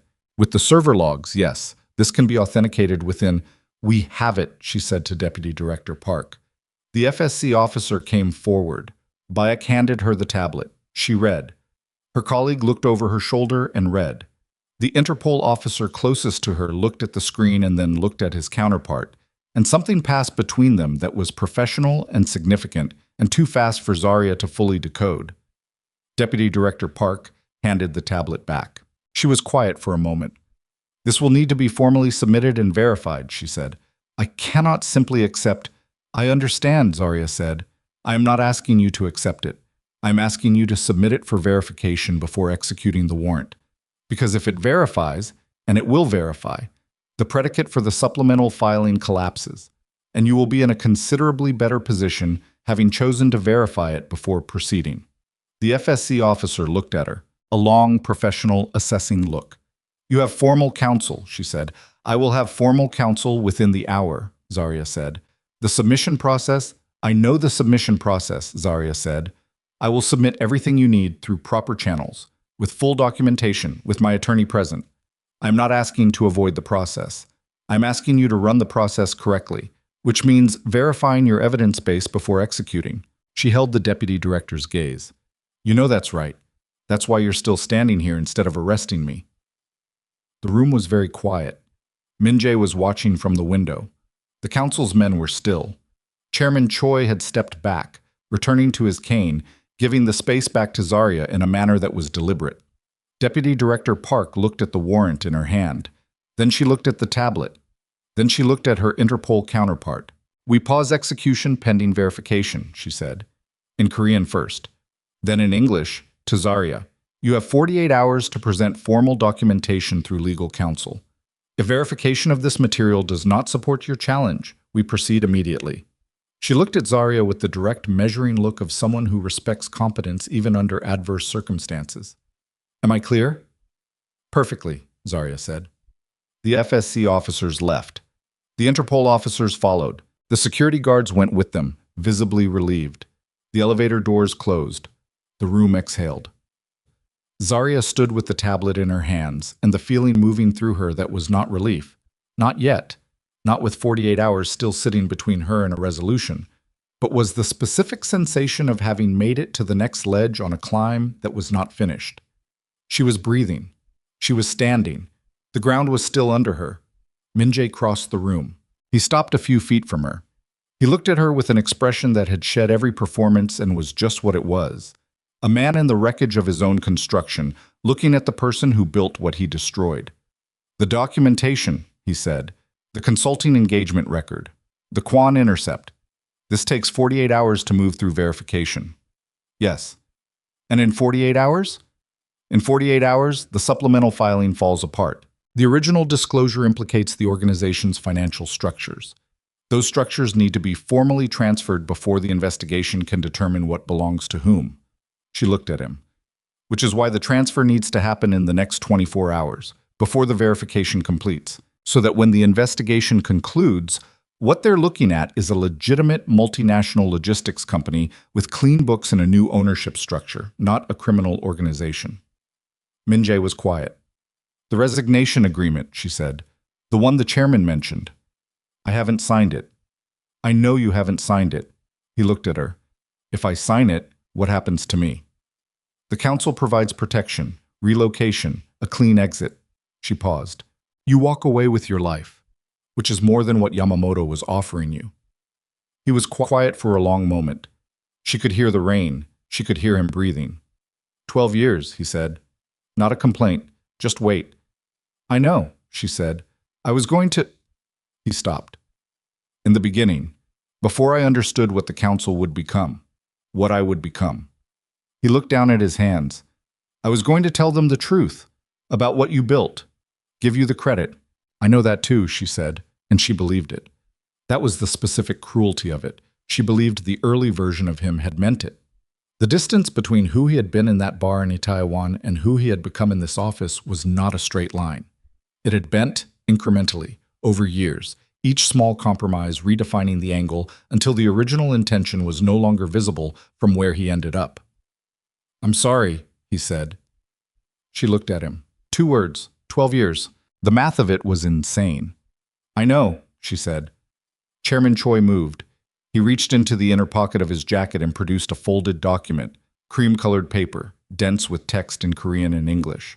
The formal resignation and transfer agreement that his people had presumably prepared before arriving. He held it toward Min-jae. Min-jae took it. He unfolded it. He read it, actually read it, standing there, 2 pages of closely worded formal language while everyone in the room waited. She watched his eyes move down the first page, cross to the second, stop at the signature line. His hand reached into his jacket and produced a pen. His own pen. The heavy silver one she had given him on their 4th anniversary, because she had been a woman who gave thoughtful gifts to the man who was quietly preparing to sideline her, and the memory of that was something she tucked away to be felt later, somewhere private, when there was time. He signed. He held the document out to Chairman Choi. He did not look at it again. The chairman took it. He produced a second document, shorter, single page, and held it toward Zarya. She took it and read the header. Recognition of Organizational Authority, Council of Directors. Her name was on it. Below her name was a title. She read it. Her chest did something it had no business doing given the circumstances. A single, involuntary movement, like something shifting back into place after a long misalignment. She looked at Chairman Choi. The council's decision was unanimous, he said, which, if you knew these men, you would understand is not a common occurrence. She almost smiled. Almost. She took the pen from Min-jae's hand. She signed her name on the document. Her signature was what it always was, clear, unhurried, each letter formed with the deliberate precision of someone who had long ago decided that her name would mean something. Chairman Choi took the document. He looked at it for a moment. Then he looked up at the room, at his men, at Min Jae, at Seo Yoon still held near the desk, at the rain-streaked windows and the gray Seoul afternoon. "The council," he said, "recognizes Chairwoman Zaria Brooks." No one applauded. This was not a room for applause. But the men behind the chairman straightened slightly in a way that was its own form of acknowledgement. Min Jae looked at her one last time. She looked back. There were 12 years between them, and most of what those years had been was irretrievable, and she was honest enough with herself to know that some portion of it had been real, and that the real portion did not cancel the damage, and that the damage did not erase the real portion, and that she would be working out what to do with that complexity for longer than this afternoon. He walked to the elevator. He pressed the call button. He waited. The doors opened. He stepped in. The doors closed. Zaria stood in the executive office on the 43rd floor, surrounded by councilmen and a handcuffed woman, and the evidence of everything she had built and dismantled and rebuilt in the course of a single afternoon, and she felt the exhaustion drop into her body all at once. The weight of 6 days of preparation and 12 years of patience landing in her legs and her shoulders and the space behind her eyes all at the same time. But underneath the exhaustion, something else. Something she identified carefully, without letting it become more than it was. She had 48 hours. The FSC would verify. The warrant would fail. The organization would transfer. The Yamamoto play would collapse without its internal contact, without its compromised official, without the organizational chaos they'd been counting on to create the opening they needed. She had 48 hours, and she had the documentation, and she had the council, and she had spent 12 years building systems that ran exactly as designed when she needed them to. She picked up the black leather binder from where she had left it on the desk. She looked at Beck. "Get me a lawyer," she said. "The best one in Seoul, who isn't conflicted." "Already done," Beck said. "He's waiting downstairs." She looked at him. "Chairman Choi made arrangements this morning," Beck said simply.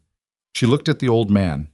He met her gaze with the small, clear eyes of someone who had moved his pieces before she'd known the board was in play. "You were very confident," she said. "I was appropriately prepared," he said, which was not the same thing, and he said it in a way that suggested he understood the distinction precisely. She held the binder. She breathed. She looked out at the Seoul skyline through the rain. She had 48 hours. She had survived the afternoon. And somewhere in the 43 floors beneath her, in the lobby of the building she had built, the man she had loved, and the investigation she had triggered, and the empire she had just formally inherited were all simultaneously in motion, moving toward a resolution that was not yet finished, not yet safe, not yet hers in any permanent way, but closer, irrevocably closer, than it had been when she walked through the door with a black leather binder and 12 years of carefully constructed truth pressed against her chest.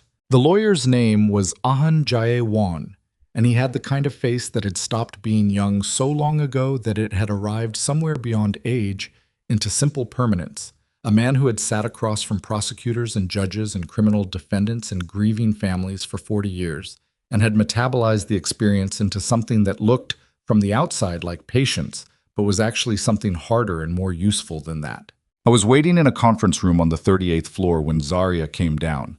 He had already spread documents across the table. He had already reviewed, she realized, the core materials. Bayek had sent them ahead. He stood when she entered, not out of ceremony, but out of the reflexive respect of one professional recognizing another, and he looked at her with the assessing eyes of someone who is pricing the difficulty of what they've just taken on. "Chairwoman Brooks," he said. It was the first time anyone had called her that to her face. She let it land and moved past it. "How bad is it?" she said, sitting down. "The supplemental filing is aggressive," he said, sitting across from her and pulling the relevant document toward him. "They were thorough. I'll give them that. The Quan statement is the load-bearing piece. Everything else in the supplemental either supports it or derives from it. If the Quan statement falls, the filing loses its legal architecture." He looked at her. "The intercept you retrieved from Mr. Kong's server." "It's clean," she said. "The hash is authenticated. The wire transfer is traceable. Quan received 40,000 USD from an account in the Yamamoto network 5 days before signing the statement that named me." "He'll deny it." "He'll have to do it publicly," she said. in front of his own immunity negotiators, who will then have to decide whether a man who secretly received funds from a foreign criminal organization and used those funds to provide false characterization in a law enforcement filing is the kind of cooperating witness they want associated with their investigation. She met An's eyes. He'll recant. He won't have a choice that preserves anything else he cares about. An looked at her for a moment with the expression of a man recalibrating his initial estimate. You've thought through his decision tree. I've thought through everyone's decision tree, she said. That's been my primary occupation for the last 3 weeks. He nodded once. Not impressed, exactly. Acknowledging. The 48-hour window is tight. The FSC will apply pressure on the verification process. They don't like having their warrants paused. Deputy Director Park is careful, Zarya said. She paused it because she recognized the risk. That same carefulness means she'll run the verification properly rather than fast. She looked at the documents on the table. Where do we start? They started at the beginning and they worked until past midnight. An's 2 associates joined them at 9, young, competent. The kind of controlled exhausted that meant they were used to late nights, but not necessarily nights this dense. They took the consulting engagement documentation and built the authentication chain. They cross-referenced the Quan intercept against the supplemental filing's specific claims. They prepared a formal submission document that walked the FSC through the evidentiary sequence in the order most likely to produce the fastest, accurate verification. Zarya worked alongside them. She pulled documents from memory, account numbers, dates, routing codes, corporate registration sequences, with a precision that made An's associates exchange looks that she noticed and ignored. She had built these structures. She had lived inside this architecture for 12 years.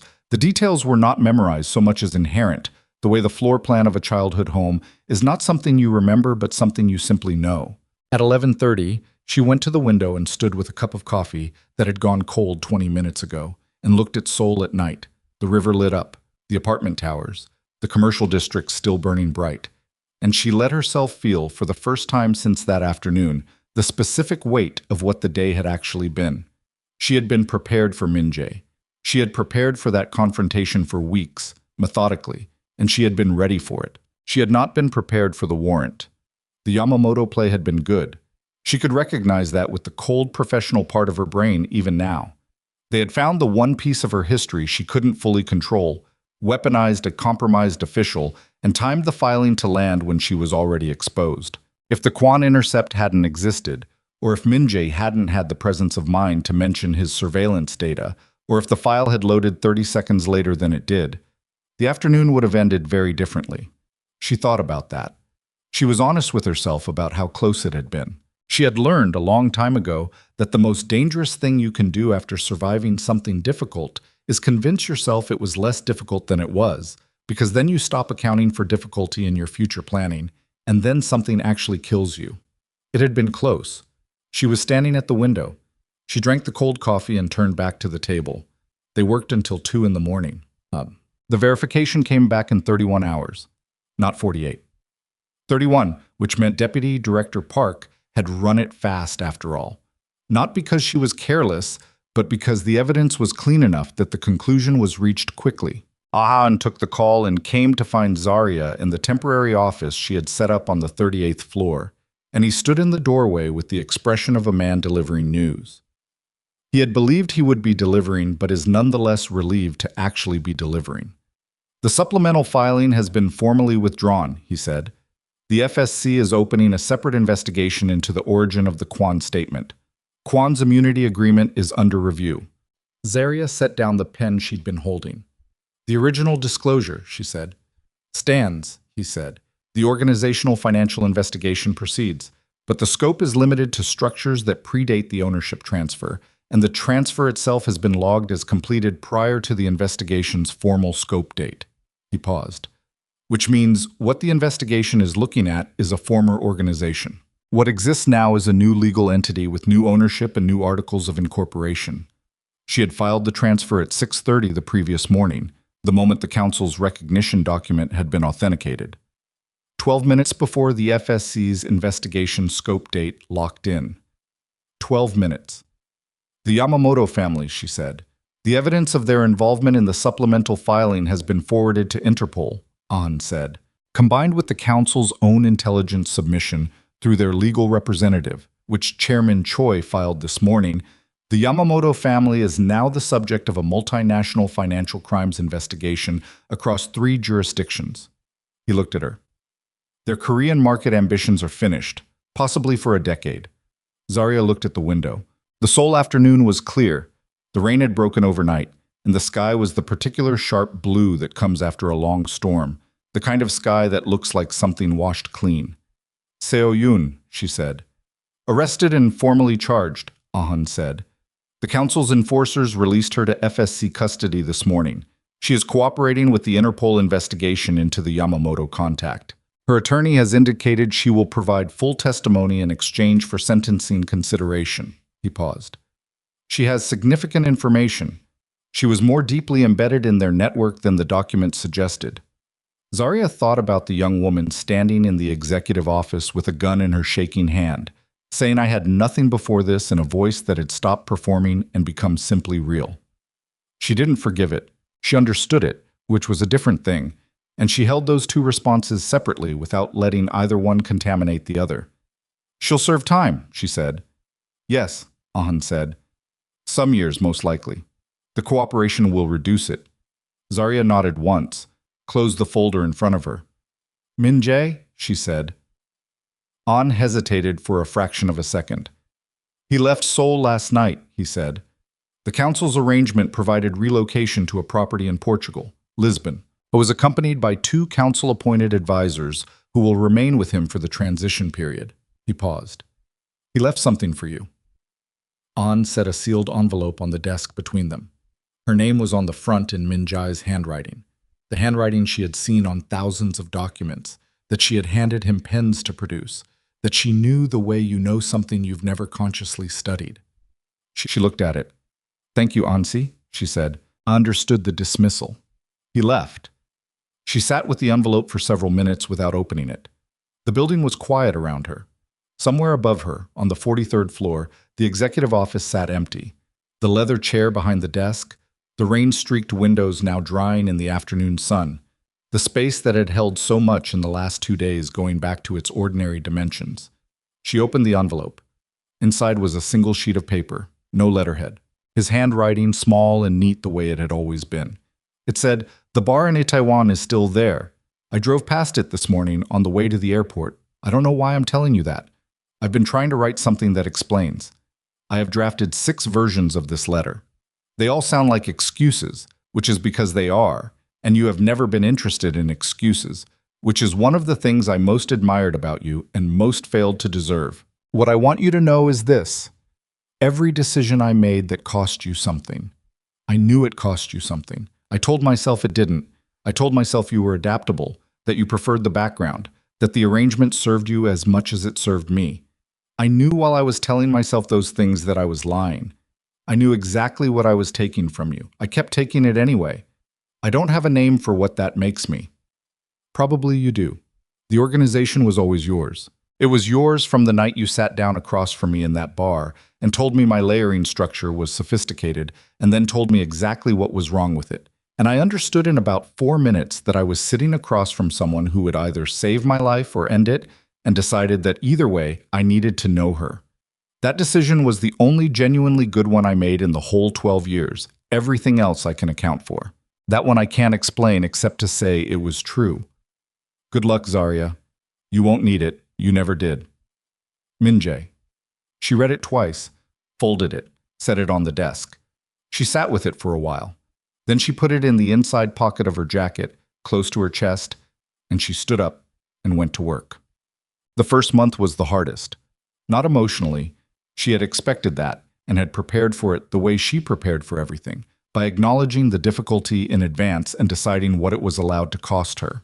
What she had not fully anticipated was the administrative complexity of simultaneously managing an active financial crimes investigation while restructuring a criminal organization into a legitimate multinational corporation, while also personally serving as the subject of the investigation that was examining the organization's historical records.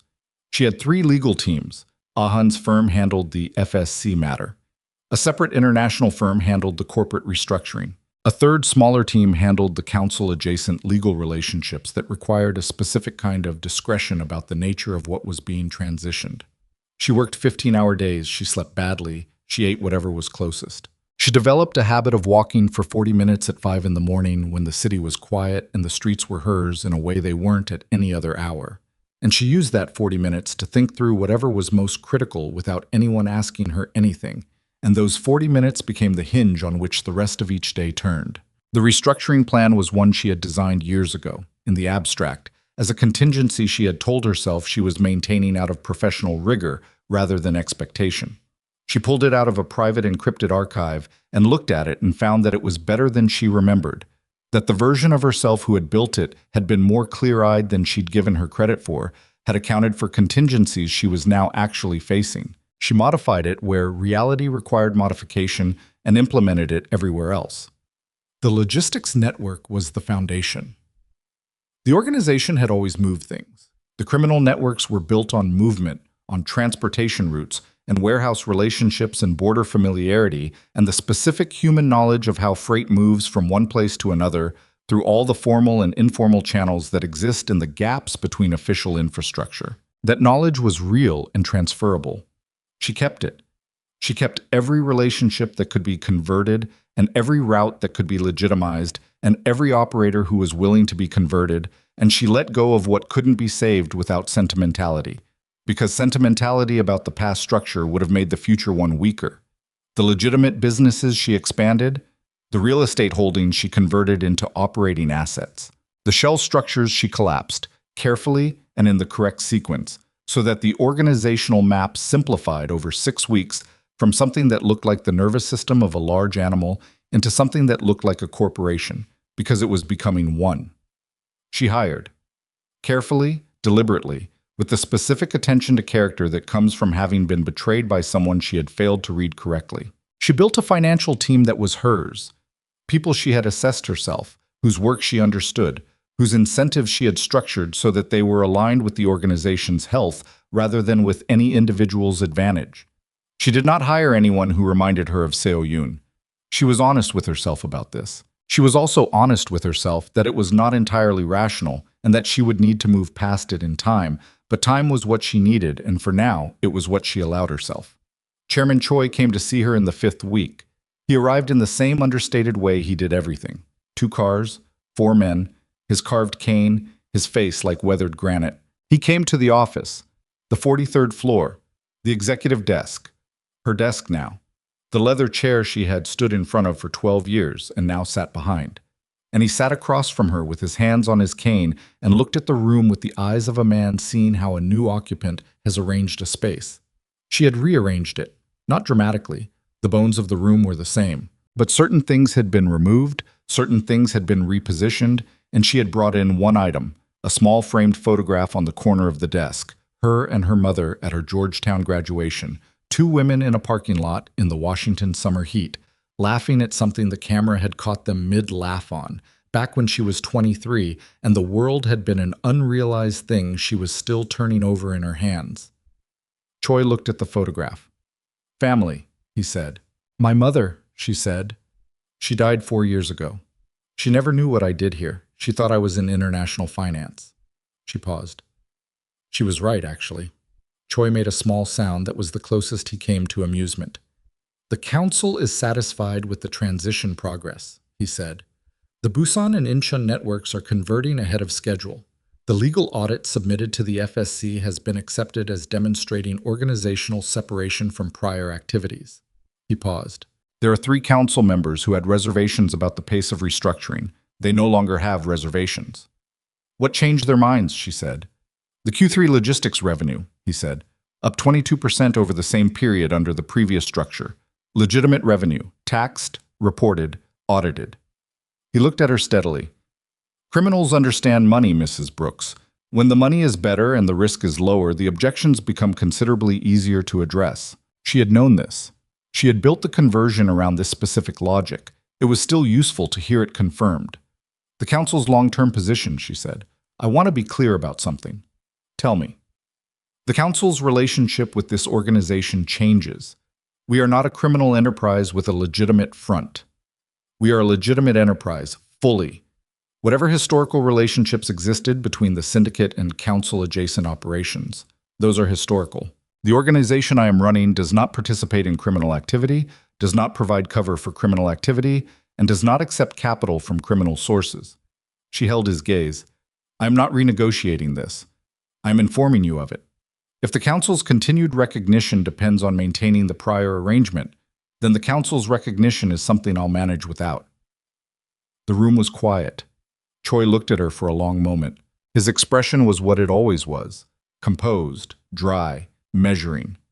Then he nodded. The Council anticipated this position, he said. It is one of the reasons you were the unanimous choice. He paused. There are members who intend to use your organization's transition as a model for their own operations. The regulatory environment is changing. The legal risks associated with the old structures have increased significantly. What you are doing is not idealism, Mrs. Brooks. It is correct commercial strategy. He paused. The Council respects correct commercial strategy. She had not expected to feel anything at that. She felt something anyway. There is one remaining matter, Choi said. He reached into his jacket and produced a small envelope, which he set on the desk between them. This was sent to the Council's address. For you. From Lisbon. She looked at the envelope. Did not touch it. His advisors report he has settled, Choi said. He has taken up, apparently, an interest in sailing. He goes out on a rented boat in the mornings. He paused. He seems, by their account, to be sleeping. She picked up the envelope. Inside was a photograph, printed on ordinary paper, the kind you print at a copy shop. A harbor. Blue water. A small boat at a dock. No people in the frame. On the back, in his handwriting, the Tagus River. It's nothing like Han River, but the water is the same color in the mornings. No signature. I didn't need to sign it. She set it next to the first letter in the inside pocket of her jacket. After Choi left, she sat alone in the office for a while. She had not cried. Not once, across the entire 43 days since the afternoon it all broke open. She had been too busy, too necessary, too deliberately focused on the work to allow the other thing its proper time. She knew it was accumulating. She had always known it would need its time eventually. She let it come now, in the quiet office, in the late afternoon with the sole light going gold through the windows. She had looked out of for so many years standing on the wrong side of the desk. It was not a dramatic thing. It was not the kind of crying that comes with sound. It was the other kind, the kind that comes when the body has been holding something for a long time, and the thing being held is made of too many things at once to be named, and the body simply begins releasing it because it cannot continue holding and functioning simultaneously. She cried for about 6 minutes. Then she stopped. She went to the bathroom and washed her face with cold water and looked at herself in the mirror with the direct, assessing look she brought to everything. And she saw what she saw. A woman who was 41 years old and tired in ways that some of it would not recover from, and other parts of it already had, and who was not done, and who knew she was not done, and who found, underneath the exhaustion and the grief and the specific cold loneliness of having won something whose winning had cost her the person she had built it with, a thing that was quieter and harder and more durable than any of those feelings. She went back to the desk and worked until 8. The FSC investigation formally concluded in the 11th week. The organizational separation was recognized. The historical financial structures were determined to have been operated under the prior ownership and leadership for which the responsible individual, Kong Min Jae, now resident in Portugal, cooperating voluntarily with the investigation's final documentation requests, had provided formal acknowledgement and accepted the civil liability framework negotiated through Ah Han's firm. The new entity, registered as BK Global Logistics and incorporated under Zaria's full name, was issued a clean regulatory certificate. She was in a meeting when An called.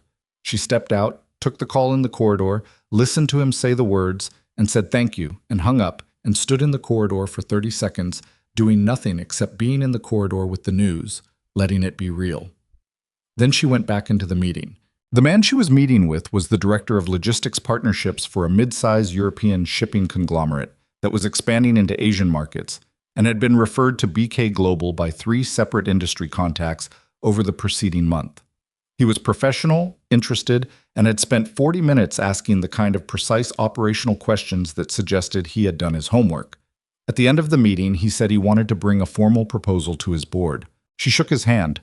After he left, she sat for a moment and thought about the day she had walked into a bar in Itaewon with a laptop and a dead-end assignment, and the specific restlessness of a woman who was too good for every room she was in and hadn't found the right room yet. She had found it in the wrong way, through the wrong door, at enormous cost to herself and others. The finding had still been real. In the 4th month, she went to see Seo Yoon. She hadn't planned to. She had been moving through the city on a Tuesday afternoon between meetings, in the back of a car, and she had told the driver a different address and then changed it, and she had sat with that changed address for the remaining 7 minutes of the drive and had not changed it back. The facility was institutional in the specific way of Korean detention centers, clean, organized, the absence of comfort made up for by the presence of order. She went through the visitor process with the patient attention of someone for whom bureaucratic process has never been worth fighting. Seo Yoon came in. She was thinner. Her hair was pulled back. The facility clothing reduced her to something more basic than the version of herself she had been constructing so carefully for the 14 months of her tenure at the organization, and what was left was younger than Zarya had registered at the time. A young woman in her mid-20s who looked, in this lighting, like she had not fully understood what she was walking into and had been walking into it anyway, because the alternative was something she could not make herself accept. They sat across from each other at a table. "You didn't have to come," Seo Yoon said. "No," Zarya said. "Why did you?" Zarya looked at her, the direct look she brought to everything. "Because I wanted to understand something." Seo Yoon waited. "When you pointed that gun at me," Zarya said, "in the office." Seo Yoon's jaw tightened. "You weren't going to use it," Zarya said. It was not a question. Seo Yoon heard that, and something in her face relaxed by a fraction. "No," she said. "Why did you pick it up?" Seo Yoon looked at the table for a moment, then looked up. "Because I had been standing in that room for 2 hours watching everything I built get dismantled by someone who built the same thing better, and I needed one moment where I was the one who decided what happened next." She paused. "Even if what I decided was nothing, even if I put it down in 10 seconds. She looked at Zarya. "Does that make sense?" "Yes," Zarya said. "You're not going to tell me it was stupid." "It was stupid," Zarya said. "It also makes sense. Both things are true." Seo Yoon looked at her with an expression that was looking for something, checking, in the specific way of someone who has been lied to enough that they check the faces of people telling them truths. "The Yamamoto people," Seo Yoon said, "what they told me. About the organization, about what could be built if the structure changed." She stopped, started again. "I want you to know that I understood I was being used. I knew they were using me. I was trying to use them back." Her voice was flat and honest in the way of someone who has run out of face-saving and is operating in the territory beyond it. "I thought I was smarter than they were." "Were you?" Zarya said. Seo Yoon looked at her. "No." "They played a longer game than you realized." "They play longer games than anyone realizes," Seo Yoon said, "until they don't. And then it's too late." She paused. "How did you know to look for the Quan intercept?" "I didn't," Zarya said. "Minjae did. His own surveillance team had found a thread 2 months ago that he hadn't followed up." She paused. He remembered it in time. Something moved across Seo Yoon's face. Complicated. She processed it and put it away. "He's gone," she said, not asking. "Yes." "Is he all right?" The question surprised Zarya. She looked at the younger woman and saw that it was genuine, not performed, not strategic, just a question from someone who had been, in whatever damaged and complicated way, involved with a person and could not entirely stop caring about the answer. "He's sailing," Zarya said. Seo Yoon looked at her. "In Lisbon," Zarya said. "He sends photographs of the harbor." Seo Yoon made a sound that was not quite a laugh. "He gets seasick," she said. Zarya had not known that. She filed it in the place where she kept the things about him that still caught her off guard. "Apparently he's getting over it," she said. They sat for a moment in the quiet of the visiting room. "How long?" Zarya said. "My attorney says 4 to 6 years," Seo Yoon said. "With full cooperation. They want everything on Yamamoto. I have a lot of everything." She looked at her hands on the table. "After, I don't know." After is a long time away, Zarya said. Yes. Use it. Seo-yoon looked up. The time, Zarya said. Use it. Not for planning. Not for figuring out the next move. You've been planning and moving since you were 22 and you planned yourself into this room. She held the younger woman's eyes. Figure out who you are when you're not trying to get somewhere.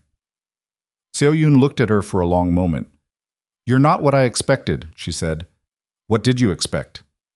Colder, Seo-yoon said. You were so cold in that office. Every word you said, it was… She searched for it. Surgical. Like you'd already decided the outcome and you were just going through the steps. I had decided the outcome, Zarya said. But you came here. I came here, Zarya agreed. She left 30 minutes later through the institutional corridors and the visitor processing area and the clean, ordered entrance. And she stood on the pavement outside for a moment in the thin winter sunlight and breathed the cold air and thought about the specific costs of things. Not the financial costs she spent her days managing, but the other kind. The costs that don't appear on any ledger and don't resolve on any timeline and are simply present, carried forward, part of the weight you learn to move with rather than put down. The car was waiting. She got in. 6 months after the afternoon that changed everything, BK Global Logistics signed its first major international partnership agreement. The European conglomerate. The director who had asked good questions. His board had approved with 2 dissenting votes, which Zarya regarded as a healthy sign. Unanimous agreement on significant decisions usually indicated insufficient scrutiny. The signing happened in a conference room on the 35th floor. Lawyers on both sides, present. 2 of her senior operations directors present. The European director across the table with his own team. She signed her name on the agreement with the same pen she had used to sign the council's recognition document on the 43rd floor 6 months ago, the heavy silver pen that had been Min Jae's. She had found it on the desk after everyone left that afternoon, and she had put it in her pocket without thinking about it, and had been using it since, for everything that mattered. After the signing, she stood at the window of the conference room and looked out at Seoul. It was not a sentimental view. She had spent too many years in this city and seen too much of it from too many different angles to sentimentalize it. It was a complicated city, dense with history and ambition, and the specific collision of tradition and speed that makes certain cities feel like they are permanently mid-transformation, never arriving at the version of themselves they are becoming. She understood that feeling precisely. Her phone buzzed. A message from an unsaved number. She looked at it. A photograph. Lisbon Harbor again, but this time with a figure in it, small in the frame, at the bow of the small boat, facing away toward the water. Dark jacket. The set of the shoulders recognizable even at this distance and in this light. No message, just the photograph. She looked at it for a moment. Then she put her phone in her pocket and turned back to the room where her directors were talking with the European team. The conversation already moving from the ceremony of the signing into the practical questions of implementation, which was where the real work lived. She joined the conversation. Check. On a Tuesday morning in the 7th month, a billboard went up in the Gangnam district advertising BK Global Logistics. It was a large billboard, the kind that cost real money, which she had approved precisely because it needed to cost real money to communicate what she needed it to communicate. On it was a photograph of her in the executive office, looking directly into the camera with the direct, assessing look she brought to everything. And below the photograph was the company name and the tagline her marketing director had proposed, and she had approved after changing one word, built to last. She drove past it on her way to the office that morning. She looked at it from the car. She looked at her own face on the side of a building, and she thought about a bar in Itaewon 12 years ago, and a bleeding hand and measuring eyes, and a question about what she had found. And she thought about the night she had sat in an apartment across the city and unraveled the parallel architecture built inside her own systems and understood what she was looking at. And she thought about a black leather binder pressed against her chest in a 43rd floor doorway in the rain. The car moved on. She looked away from the billboard and looked at her hands in her lap. The hands that had built the systems and signed the documents, and held the binder and let go of certain things, and held on to others. And she felt, settling into her bones in the cold winter morning in the back of a car in the city she had helped make, the thing she had been moving toward for a long time without fully knowing she was moving toward it. Not happiness, exactly. She was too honest for easy words. Something quieter. Something that had weight and temperature and took up space. The specific and hard-earned sensation of being, at last, exactly where she was supposed to be, doing exactly what she was built to do, in a life that was hers from the foundation up. She had not forgiven everything. She had not forgotten anything. She carried the 12 years the way you carry something heavy that you have learned to carry. It changed your posture. It was always present. But you were moving, you were upright, and the direction you were moving was forward. The car pulled up to the building. She picked up her bag. She got out. She walked through the lobby without looking up at the floors above her, because she knew what was up there, because it was hers, because she had built it, because it had always been hers, even in the years when someone else had been standing in front of it. She took the elevator to the 43rd floor. She sat down behind the desk. She opened the first file of the morning, and she went to work.